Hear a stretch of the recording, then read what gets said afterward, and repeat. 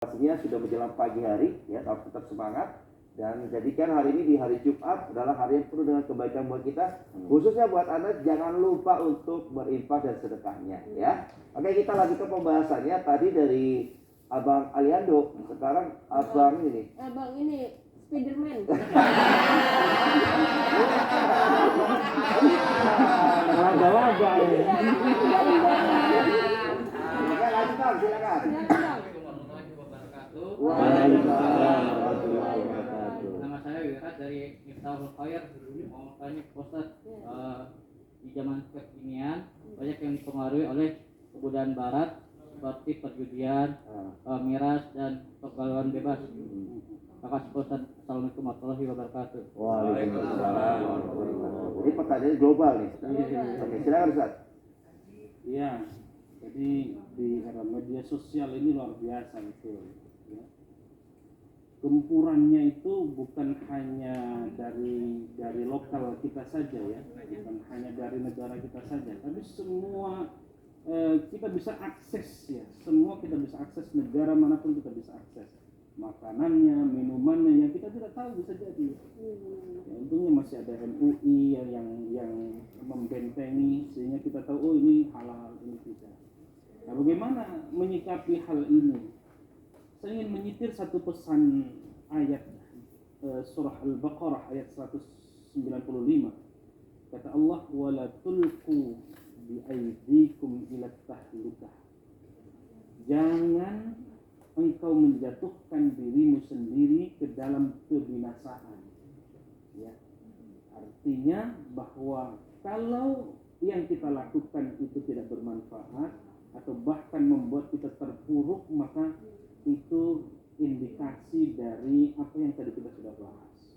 Apatah lagi misalnya minum minuman keras, apatah lagi obat-obatan terlarang, apatah lagi mengundi nasib dan lain sebagainya, termasuk juga game-game online itu yang kira-kira tidak ada manfaatnya, yang melalaikan kepada Allah, bukan mendekatkan diri kepada Allah, maka tinggalkan. Jangan sekali-kali kita menjatuhkan diri kita sendiri ke dalam kebinasaan. Tapi kalau kita mabuk, maka kehilangan akal.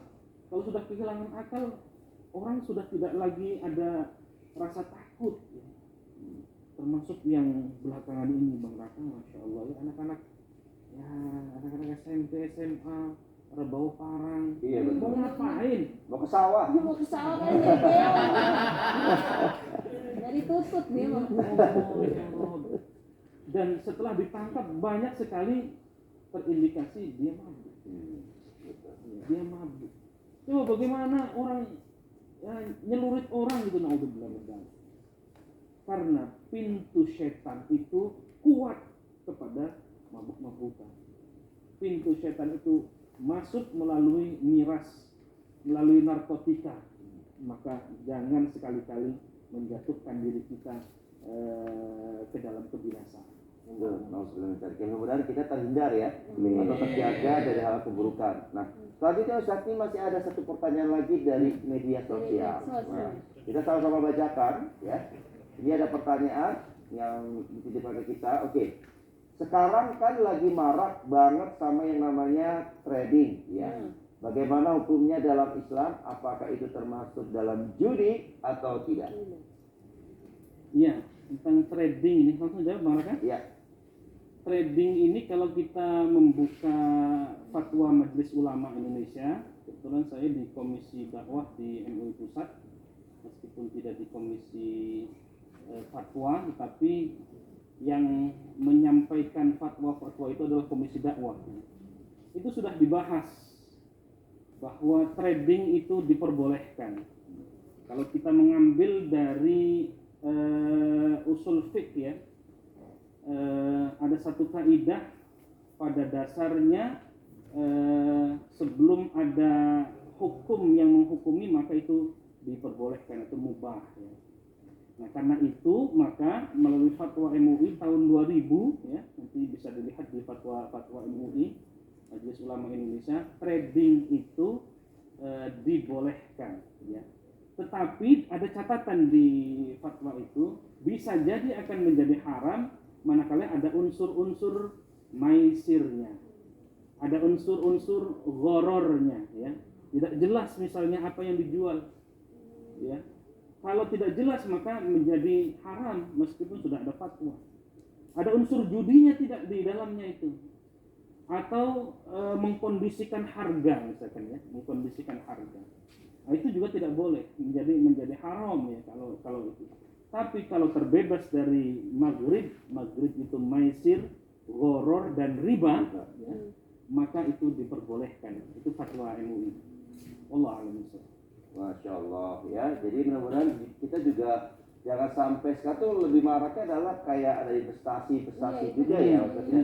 Ya kadang itu justru bukan membuat kita semakin baik, malah semakin buruk, ya. Investasi bodoh dan sebagainya. Oke, kita akan lanjut ke pembahasan berikutnya nih Ustadz nih, yang mungkin perlu dibekali juga ya, bahwa ternyata kalau dalam diri kita ini kan sebenarnya Allah menyukai hamba-hambanya yang mau berikhtiar atau usaha. Betul ya Ustadz ya? Nah, gimana caranya ketika kita ya melihat ada satu kondisi, misalkan orang ini gitu ya, biasanya gini, mereka tuh bekerja tapi sistemnya adalah sistem kayak kontrak gitu ya. Nah, ini kontrak ini kan kita nggak tahu karena sebelah pihak gitu sebenarnya. Nah, ini gimana menyikapinya Ustaz? Jangan sampai kita akan terjebak, ini kayaknya saya kerja di sini nih kayaknya nggak berkah gitu katanya. Terus udah gitu bosnya semena-mena gitu. Nah, itu gimana Ustaz? Iya, tentang mencari nafkah, Iya, betul. bagian dari mencari nafkah. Termasuk memang sekarang itu PHK di mana-mana karena COVID ataupun bahkan sebelum COVID, ya. Sehingga ada di beberapa perusahaan itu sistem kontrak. Kalau baik dilanjutkan, kalau enggak sesuai dengan kontrak. Nah, bagaimana hukum model ini? Kalau ada saling ridho di antara keduanya, pihak pencari kerja dan ownernya, maka itu diperkenankan. Nah, ketika ada yang dirugikan, ini menjadi problem secara hukum. Maka transaksi apapun, ya, maka harus dilandasi dengan saling ridho. Ijab kabulnya itu harus jelas, ya. Atau dia terpaksa, misalnya dia tanda tangani saja karena memang tidak ada kerjaan lain, ya harus jelas diatur dalam, kalau dalam kerja itu ada kontrak kerja, ya. Ketika sama-sama oke, ya sudah jalankan.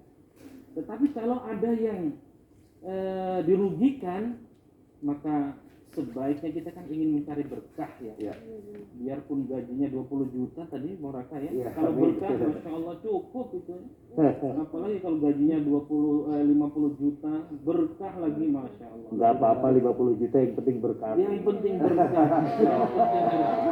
Masya Allah, ini yang kita cari Bang Raka, ya. Betul. Dan mudah-mudahan ya, ini nggak ada sesuatu yang kebetulan ya. Artinya Allah udah berikan jalan buat kita ketika kita mau ikhtiar dan kita bisa memberikan yang terbaik minimal saja buat diri kita dan keluarga kita. Ustaz, nanti kita akan bahasnya ada satu segmen terakhir kita sebelum kita mengambil kesimpulan. Dan juga teman-teman yang ada di sini tetap semangat ya.